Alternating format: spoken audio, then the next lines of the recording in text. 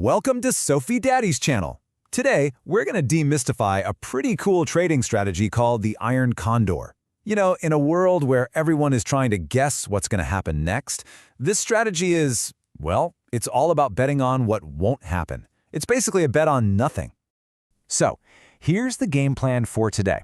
First, we're going to talk about why traditional stock picking is so darn hard. Then, I've got a great analogy for you that'll change how you see trading. After that, of course, we'll meet the Iron Condor, break down exactly how it works, and finally, we'll peek into the professional's playbook to see how they use this thing to trade way smarter. Okay, so let's just dive right in.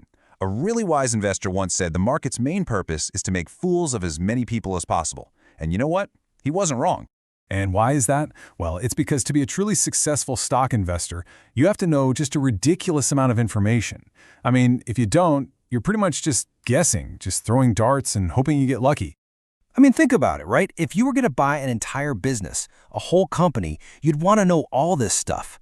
But here's the thing. Most people buying stocks can't answer even these basic questions. So what does that mean? It means they're competing against pros, people who do this for a living, armed with supercomputers, and they have almost no edge. It's a really, really tough game to win.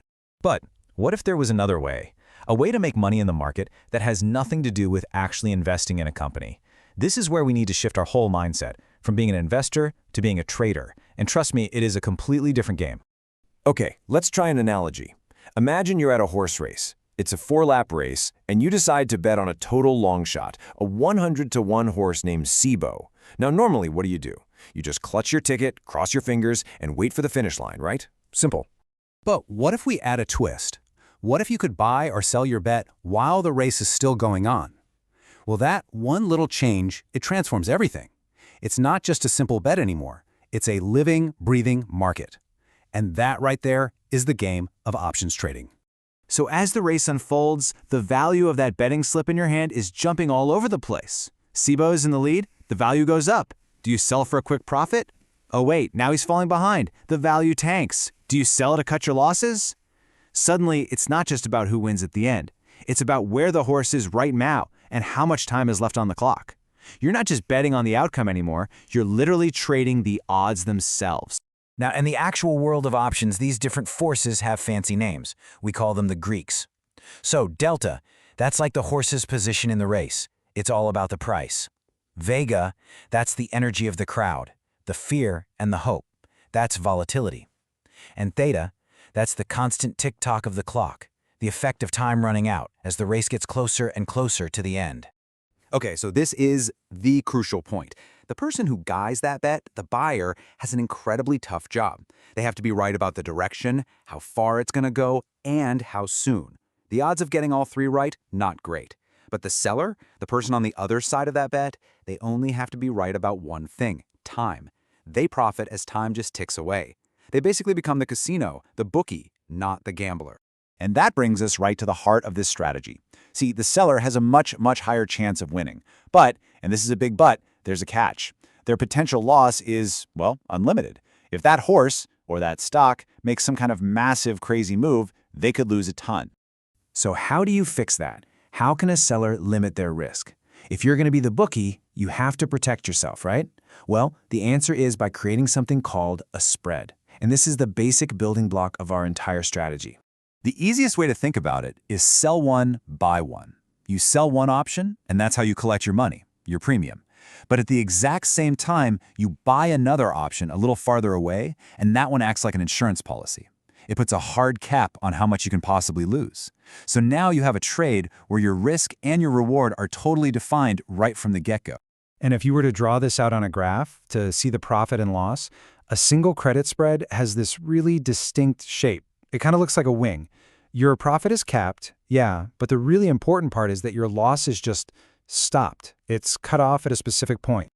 Okay, now what if you took one of those wings and placed it way above the current market price? And then you took another one and placed it way below.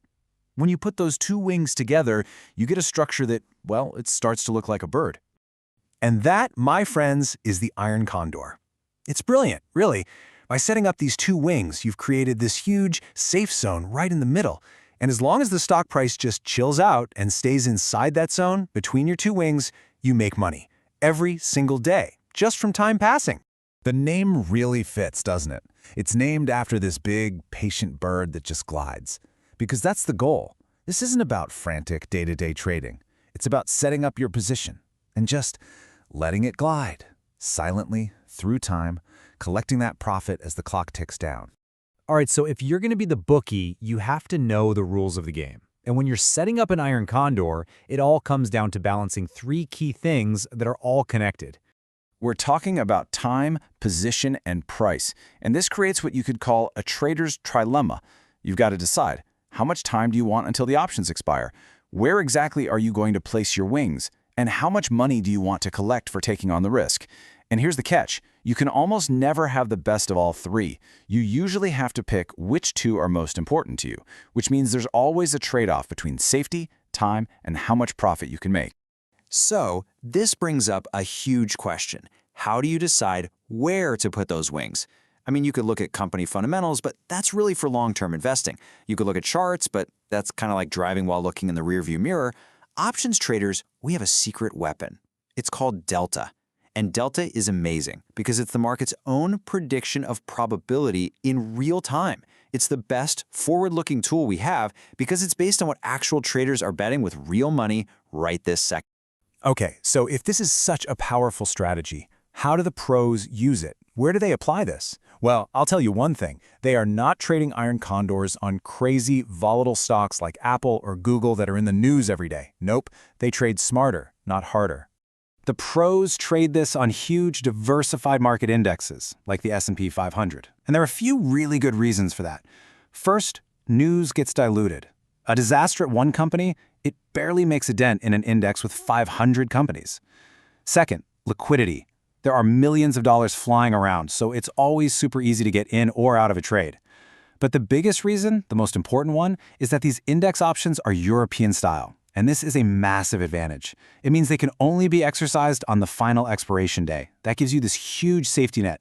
It prevents you from getting knocked out of a perfectly good trade just because the market has a temporary little panic attack. So look, the big takeaway here is that the Iron Condor is not some get-rich-quick scheme. It's a high-probability strategy, for sure, but it demands patience. It demands that you have a deep respect for managing your risk. But if you treat this awesome bird with the respect it deserves, you really can ride on its wings. You know, when it comes down to it, this whole strategy is about a fundamental shift in how you think. It's about deciding to stop being the gambler in the stands, just hoping your horse gets lucky. It's about becoming the house, the one who profits from predictable probabilities over and over again over time.